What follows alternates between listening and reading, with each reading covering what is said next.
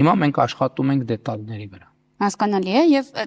թրիփի շարունակականության համար եւ ապա շրջափակման համար կապուղիների տրանսպորտային երթուղիների անհրաժեշտ է նաեւ որ հիմա ռուսական ընկերության կառավարման ներքո գտնվող հատվածները երկաթուղը նորոգվեն Հայաստանը դիմել է Ռուսաստանը նշել է քննարկում ենք կասենք հիմա ինչ այլընտրանքային լուծում ունենք մենք պարոն վարչապետ եթե Ռուսաստանը օրինակ հրաժարվում է դա անել կամ ավելի վատ չի հրաժարվում պարզապես շարունակաբար ձգձգում է Տեսեք, նախ մենք իհարկե դիմել ենք Ռուսաստանի մեր գործընկերներին եւ քաղաքական առումով կարծես թե ունենք դրական արձագանք, բայց այստեղ կա մի շատ կարեւոր գործնական խնդիր, որի մասին շնորհակալ եմ հարցի համար եւ պիտի այդ դրա մասին պատեհ է որ խոսեմ, որովհետեւ տեսեք, նույն տարածաշրջանային կոմունիկացիաներում մենք ինչ խնդիր ունենք։ Ակնհայտ է, որ երկաթուղին Զանգելանից մտնելու է Մեղրի, Մեղրիից մտնելու է Նախճեվան, այսինքն Օրդուբադ եւ այլն։ Միջազգային կոնտեքստում շատ կարեւոր է, թե ինչպես է շարունակվելու այդ երկաթուղը։ Հիմա կան մրցակցող երկու տարբերակներ։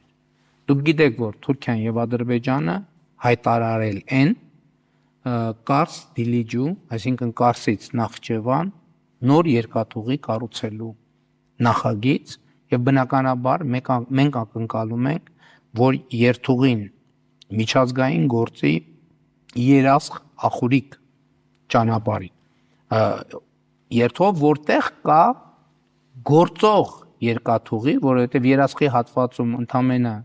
մի քանի կիլոմետր է պակասում երկաթուղային ռելսերը, իսկ ախուրիկում ավելի կարճ, դա արդեն Թուրքիայի սահմանն է։ Եվ հիմա մենք պետք է կենտրոնանանք մեր մրցակցային առավելությունների վրա։ Այստեղ մենք տեսնում ենք, որ միջազգային համատեքստում այն փաստը, որ երկաթուղու այդ հատվածը գտնվում է Ռուսաստանի կառավարման ներքո, օգտագործվում է Կարս Դիլիջու երթուղին ավելի նպաստավոր ներկայացնելու համար եւ սա մեզ համար խնդիր է, որովհետեւ ստացվում է, որ մենք մեր մրցակցային առավելությունները այն պարագայում, երբ որ մենք ունենք պատրաստի երկաթուղի, իհարկե այդ երկաթուղին ժամանակակից պահանջներին համապատասխանեցնելու համար մի քանի 100 միլիոն դոլարի լրացուցիչ ներդրում պետք կլինի, ուզում եմ հասկանալի լինի, զուտ փոքր բացակայող հատվածները վերականգնելը առանձնապես մեծ խնդիր չի, ոչ ֆինանսական, ոչ տեխնիկական առումով, բայց պետք է այդ երկաթուղու արագությունը մենք անպայման ապահովենք։ Հիմա տեսեք, մենք շատ հարգանքով, սիրով մեր ռուսաստանյան գործընկերներին, բայց փաստն այն է, որ միջազգային լարված համատեքստի պատճառով մենք այն փաստի բերումով, որ մեր երկաթուղին, որը մեր սեփականությունն է, սա շատ կարևոր է, գտնվում է ռուսական երկաթուղիների կառավարման ներքո, մենք այստեղ մեր մրցակցային առավելությունը զգում ենք, որ կորցնում ենք, եւ այստեղ մենք պետքա մտածենք ինչ պետք է անենք, որովհետեւ սա մի տարվա, 2 տարվա, 3 տարվա, 4 տարվա հարց չի։ Ինչ պիտի անեք այդ մասին։ Մենք պետքա լուծում գտնենք։ Մենք պետքա լուծում գտնենք եւ այդ լուծումը պետքա գտնենք բարեկամական, ընկերական, եղբայրական տրամաբանության մեջ, որովհետեւ էլի եմ ասում, նախ այսօր մենք ցավոք տեսնում ենք եւ ինֆորմացիաներ են պատտվում, որ անընդհատ տարբեր տեղերում էս փաստը, որ դա ներկայացվում է որպես ռուսական ուղի, բայց եւ դրա համար զրոյից պատկերացնում եք մի քանի միլիարդ դոլարի ներդրում է արվում Կարս Դիլիջու երկաթգիծը կառուցելու համար։ Եվ ես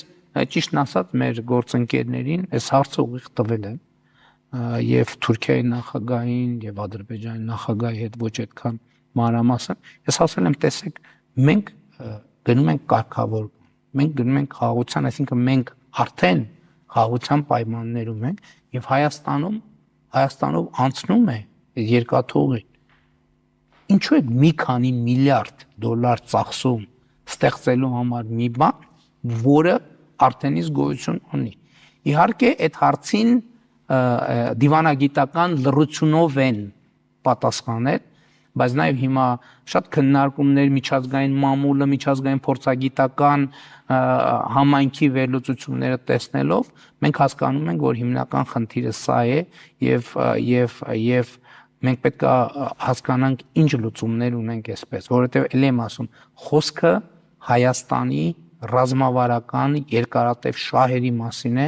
եւ մեր բոլոր բարեկամ երկրները պետք է շահագրգռված լինեն, որ մեր շահերը սպասարկվեն եւ ոչ թե հակառակը մեր շահերը հայտնվեն փակուղու մեջ։ Ռուսաստանի հետ կապված մեկ այլ հարց, պարոն վարչապետ, փոխվարչապետ Օվերչուկը հայտարարություն էր անում, որ Բրյուսելից եկող ազդակները խոսում են այն մասին, որ Եվրամիությունը տնտեսական միավորից վերածվում է ռազմաքաղաքական կառույցի եւ ասում էր արդյոք Հայաստանը պատրաստ է մաս դառնալ մի միության, որը իր բառերով ագրեսիվ է տրամադրված Ռուսաստանի նկատմամբ եւ ասում էր հայերն էլ վաղ թե ուշ այս հարցը պետք է իրենց տան։ Ես հիմա ձեզ եմ տալիս։ Գիտեք, ես ուզում եմ դες հետ կիսել եւ հանրության հետ կիսել Ռուսաստանի հետ մեր հարաբերությունները վերաբերյալ մեր ռազմավարական պատկերացումները։ Մենք բոլոր տեղերում մեր բոլոր գործընկերների հետ կիսում ենք հետեւյալ միտքը, որ Ռուսաստանին, Ռուսաստանի շահերին վնասելը չի եղել, չկա եւ չի լինելու մեր օրակարգում։ Դա բացառված է։ Որևէ մեկը մեզ չի կարողանալու, եթե նույնիսկ փորձի, միջև հիմա փորձեր չեն եղել, բայց որևէ մեկը մեզ չի կարողանալու ներքաշել Ռուսաստանի դեմ գործելու տրամաբանության մեջ։ Եվ նաև մենք ռուսաստանցի մեր գործընկերներին ենք ասում ենք, գիտեք, մենք չենք կռվելու ձեզ հետ, մենք չենք վիճելու ձեզ հետ, մենք ձեզ հետ այսպես վիճաբանության լեզվակռվի մեջ չենք մտնելու, որովհետև մենք գնահատում ենք այն հարաբերությունները, որը մենք ունենք։ Ես ձեզ այո, միջպետական, բայց անձնական մակարդակը նույնպես պակաս կարևոր չէ այս կոնտեքստում։ Ես շատ ուղիղ եւ ջերմ հարաբերություններ ունեմ Ռուսաստանի Դաշնության նախագահ Վլադիմիր Պուտինի հետ եւ շատ ջերմ եւ ուղիղ հարաբերություններ ունեմ Ռուսաստանի Դաշնության կառավարության նախագահ Միխայել Միշուստինի հետ։ Սա մեր ռազմավարությունն է։ Մենք չենք գործելու Ռուսաստանի դեմ, բայց լինում են բայց մենք միշտ գործելու ենք հանուն Հայաստանի Հանրապետության շահի։ Եվ մենք հարց ենք տալիս Ռուսաստանի մեր գործընկերներին։ Արդյոք այս տրամաբանությունը կամ դուք քննադատությունն եք այս տրամաբանության։ Ասում ենք մենք երբեք չենք գործելու Ռուսաստանի դեմ, բայց մենք միշտ գործելու ենք Հայաստանի Հանրապետության շահերին համապատասխան։ Եվ սա լինելու է մեր ռազմավարությունը։ Այստեղ մենք հասկանում ենք, որ կարող են որոշակի հատումներ լինել, բայց մենք չենք կարող ասել, գիտեք ինչ, մենք գործում ենք ի հեճուկս Հայաստանի շահերի եւ հանուն ոչ միայն Ռուսաստանի, ցանկացած այլ երկրի շահերի։ Դա անդրամաբանական կլինի, որևէ մի երկիր այսպես չի գործի։ Այո, կարող են որոշակի նաեւ խնդիրներ եւ հատումներ առաջանալ, բայց ես ուզում եմ ձեզ բերել հենց նույն օգոստոսի 8-ի օրինակը, որովհետեւ օգոստոսի 8-ից հետո պարզա որ Ռուսաստանի Դաշնության մեր գործընկերների շրջանում կային որոշակի հարցեր եւ ես այդ հարցերին հաճույքով են առումով որ մենք միշտ բաց ենք խոսակցության։ Այսինքն մտահոգություններ կային։ Այո, իհարկե, բնականաբար դա արտահայտվում էր փորձագիտական շրջանում, մամուլում։ Ես ասում եի մեր ռուսաստանցի գործընկերների ուշադրությունը հրավիրեցին մի փաստի վրա։ Մենք 2025 թվականի օգոստոսի 8-ին Վաշինգտոնում ստորագրել ենք այն բովանդակությունը, որը մենք նախորդիվ 5 տարիների ընթացքում առաջինն ու 5-ից մի քիչ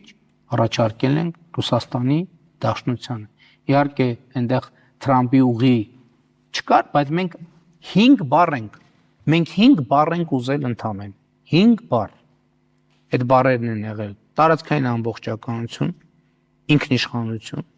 իրավազորություն, փոխադարձություն, սահմանների անխախտելիություն։ Մենք ասել ենք դրեք այս 5 բառը թղթի մեջ եւ ես ցանկացած պահի պատրաստ եմ այդ թուղթը ստորագրել։ Եվ իմ ասածի մեջ ոչ մի չափազանցություն չկա։ Եվ սա շատ կոնկրետ օրինակ է, որ մենք չենք գործել երբեք Ռուսաստանի դեմ եւ չենք գործելու, բայց մենք բնականաբար կներեք Հայաստանի դեմ չենք կարող գործել։ Եվ մենք միշտ պետքա գործենք Հայաստանի շահերին համապատասխան եւ մենք Ռուսաստանի հետ չենք կռվելու եւ պետք չի Պարզա որ գիտեք օրակարգերում միշտ լինում են լարումներ, քննարկումներ, հետագա մենք միշտ քննարկելու ենք, բայց մենք Ռուսաստանի հետ չենք կռվելու, մենք Ռուսաստանի հետ խնդիրներ չենք ստեղծելու, բայց մենք գնալու ենք մեր շահերի հետևից։ Հասկանալի է, մի քանի ներքաղաքական հարցերի անդրադառնանք, պարոն վարչապետ,